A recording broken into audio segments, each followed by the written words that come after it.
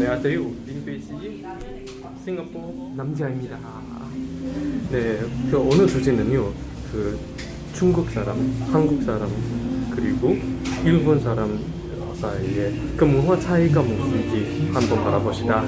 So today, just want to talk about what exactly is the cultural difference between Chinese, Koreans, and Japanese.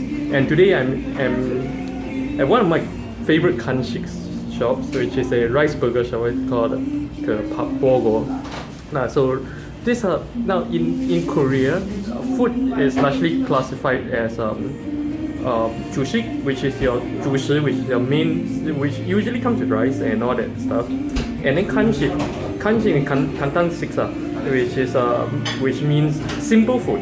Now this is one classification of simple food with along with other things like hot dog. They're all kanshik, right? So the interesting thing about this rice burger is that it's really, first thing, it's really cheap, and secondly, it's really you get a very good variety. It's like insane number of things you can put in the rice burger. Yep. So I made my order. So we'll take a look at when it comes. Okay, so the burger is here. Now, let's take a look at what it's like on the inside.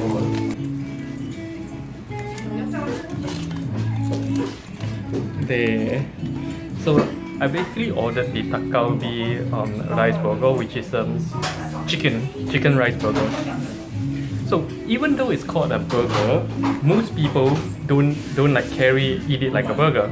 Actually, most of us, we eat it with a spoon, just like eating rice like this.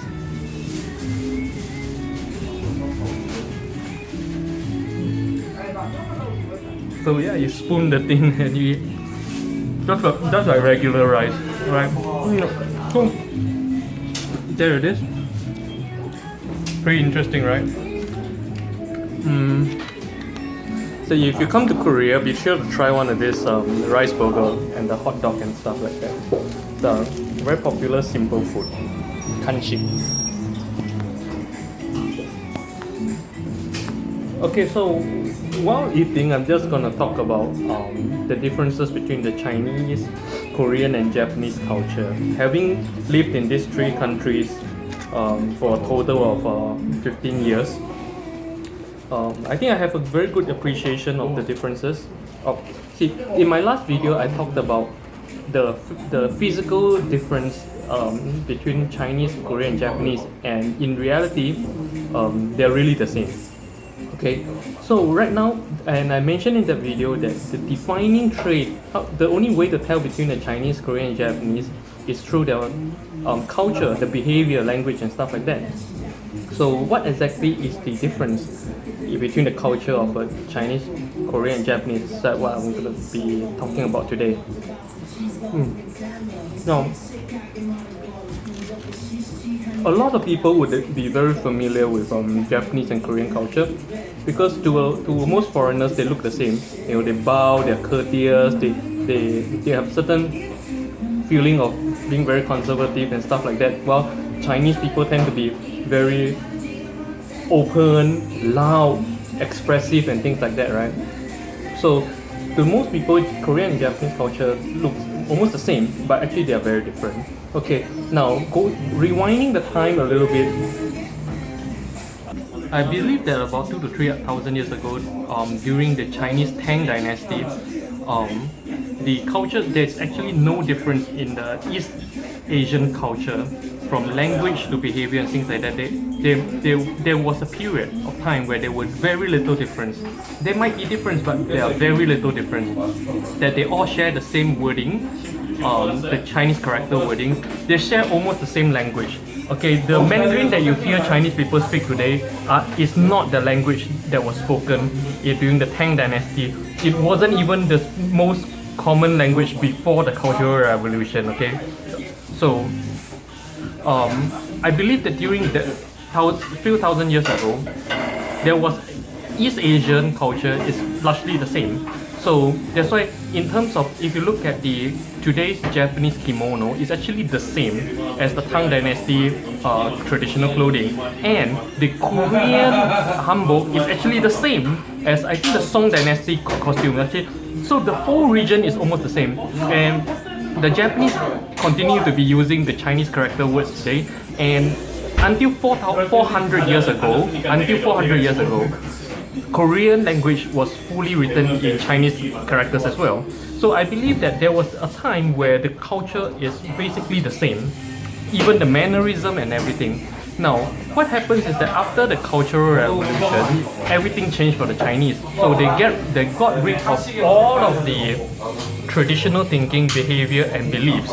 Okay, on a very big scale. So it was a cultural destruction for the Chinese.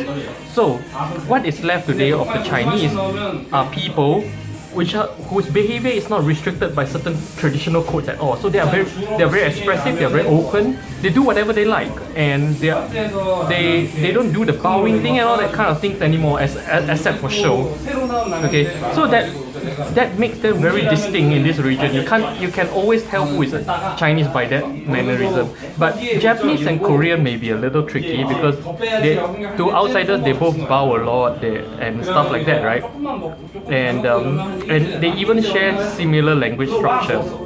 Now, having lived in both Korea and Japan, I would say that Korea culture is the most conservative of the three. More conservative than Japan, because Korea is still recognized as a Confucius state. So they're still governed by Confucius ethic, Confucius rules actually, when Chinese themselves has already abandoned that long time ago. Okay, so just like when Koreans, they do the bowing, they do the really high mannerism thing, not only in corporate settings or formal settings, but between friends on the streets, between strangers as well.